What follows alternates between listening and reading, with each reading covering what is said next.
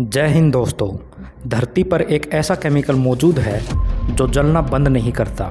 जब आप किसी पीड़ित को बचाने की कोशिश करते हैं, यहाँ तक कि जब बाहर की आग बुझ चुकी होती है, तो भी यह इंसान के शरीर के अंदर तक जलता रहता है। यह कोई साइंस फिक्शन नहीं है, ना ही यह कोई हॉरर फिल्म है। ये है वाइट फॉस्फोरस। इंसानों द्वारा इस्तेमाल किए गए सबसे डरावने केमिकल्स में से एक है और आज हम इसकी केमिस्ट्री को समझेंगे, इसका इतिहास जानेंगे और इसके इस्तेमाल के पीछे की भयानक सच्चाई को जानेंगे। तो चलिए दोस्तों, शुरू करते हैं आज की इस वीडियो को। With several white phosphorus bombs. They say Israel has dropped white phosphorus. आबादी वाले इलाके के ऊपर आसमान में इसका गिरना लगभग एक आतिशबाजी जैसा दिखता है। चमकती हुई रोशनी की लटकती लकीरें जेलीफिश जैसी आकृति में नीचे गिरती हैं, लेकिन ज़मीन पर हकीकत बहुत ही भयानक होती है। सेना इस पदार्थ को गैर घातक यानी नॉन लीथल साधन के रूप में इस्तेमाल करती है। इसका मुख्य कानूनी कारण धुएं की दीवार बनाना होता है। जब इसे किसी बख्तरबंद वाहन से जोड़ा जाता है तो यह सफ़ेद धुएं की एक मोटी दीवार बना देता है ताकि सैनिकों की गतिविधियों को दुश्मन से छिपाया जा सके। यह एक M155 mm तोप का गोला है। इसके अंदर एक पूरी तरह बंद डिब्बे में 116 छोटे टुकड़े होते हैं जो एक रसायन में भिगोए गए होते हैं। यह गोला हवा में फटने के लिए बनाया जाता है, जिससे ये टुकड़े एक बड़े अंडाकार क्षेत्र में फैल जाते हैं। जैसे ही ये 116 टुकड़े अपने खोल से बाहर निकलते हैं और हवा के ऑक्सीजन से संपर्क में आते हैं, वही धुएं की दीवार एक खतरनाक जलाने वाले खतरे में बदल जाती है जो नीचे मौजूद किसी भी व्यक्ति पर गिर सकती है। इन टुकड़ों के अंदर जो केमिकल होता है वही है वाइट फॉस्फोरस। मॉलिक्यूलर लेवल पर यह P4 के रूप में एग्जिस्ट करता है, यानी 4 फॉस्फोरस एटम मिलकर एक पिरामिड जैसी शेप बनाते हैं। पिरामिड शेप में फॉस्फोरस एटम्स के बीच एक एंगल स्ट्रेन प्रेजेंट होता है। इस पिरामिड शेप में फॉस्फोरस एटम्स के बीच एक खिंचाव पैदा होता है। केमिस्ट्री में इसे रिंग स्ट्रेन कहा जाता है। इन फॉस्फोरस एटम्स के बीच बहुत स्ट्रेन होता है, जिससे यह पूरा मॉलिक्यूल अस्थिर हो जाता है। इसी अस्थिरता के कारण वाइट फॉस्फोरस पायरोफोरिक होता है, यानी यह हवा के संपर्क में आते ही अपने आप जल उठता है, यहाँ तक कि 30 डिग्री सेल्सियस टेम्परेचर पर भी। इस केमिकल रिएक्शन से बहुत ज़्यादा गर्मी पैदा होती है जो लगभग 1500 डिग्री फ़ारेनहाइट तक पहुँच जाती है। जलते समय यह बहुत घना और जहरीला धुआं छोड़ता है, जिसे फॉस्फोरस पेंटॉक्साइड कहते हैं।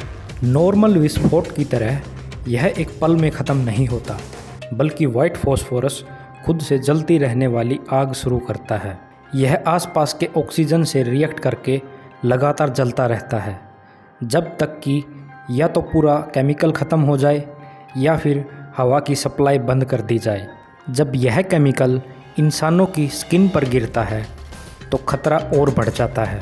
वाइट फॉस्फोरस लिपोफिलिक होता है, यानी यह फैट में आसानी से घुल जाता है।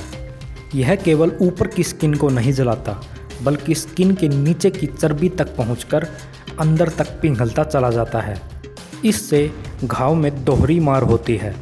1500 डिग्री फ़ारेनहाइट की आग से जलना और साथ ही केमिकल तरीके से टिश्यू का नष्ट होते जाना। इस प्रक्रिया में मांस गलने लगता है और सीधा हड्डी तक जल जाता है। ऐसे घाव का इलाज करने वाले डॉक्टरों को सबसे पहले पीड़ित के कपड़े हटाने होते हैं और तुरंत घाव को ठंडे पानी में डालना पड़ता है।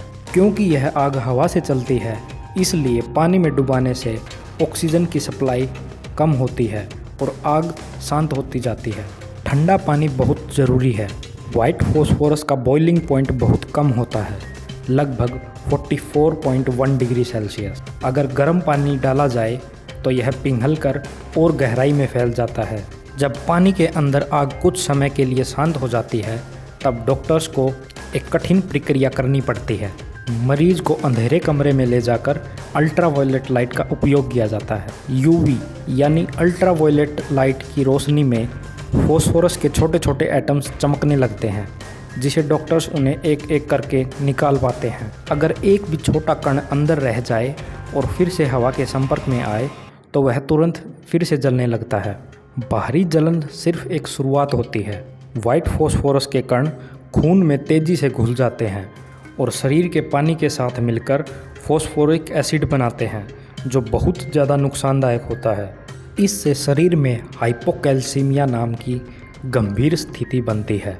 यह एसिड शरीर में ज़रूरी कैल्शियम से बाइंड हो जाता है और खून में कैल्शियम का स्तर बहुत कम कर देता है। इंसान के दिल को सही तरीके से काम करने के लिए कैल्शियम की ज़रूरत होती है। इसके बिना दिल की धड़कन बिगड़ जाती है और अचानक दिल बंद हो सकता है, यानी हार्ट अटैक आ सकता है। मरीज को बचाने के लिए बहुत कठिन इलाज करना पड़ता है। उन्हें लगातार कैल्शियम ग्लूकोनेट दिया जाता है, दिल की निगरानी की जाती है और ख़राब हो चुके शारीरिक हिस्सों को सर्जरी से हटाया जाता है। इस आंतरिक जहर के कारण अगर शरीर के सिर्फ 10% हिस्से पर भी यह जलन हो जाए तो यह जानलेवा हो सकती है और कई बॉडी पार्ट्स फेल हो सकते हैं। इतना खतरनाक केमिकल होने के बावजूद वाइट फॉस्फोरस को केमिकल वेपन कन्वेंशन में पूरी तरह प्रतिबंधित नहीं किया गया है। कुछ इंटरनेशनल रूल्स के तहत नागरिकों पर आग लगाने वाले हथियारों का उपयोग सीमित है, लेकिन सेनाएं इसे धुएं या रोशनी बनाने वाले साधन के रूप में बताकर इन नियमों से बच जाती हैं। इसी कानूनी खामी के कारण यह खतरनाक चीज़ पिछले 100 सालों से युद्ध में इस्तेमाल होती आ रही है। जो लोग इससे बच जाते हैं उनके लिए कानून कोई मदद नहीं करता। उन्हें ज़िंदगी भर के लिए शरीर पर गंभीर निशान, लीवर और किडनी की समस्या और गहरे मेंटल प्रॉब्लम्स के साथ जीना पड़ता है।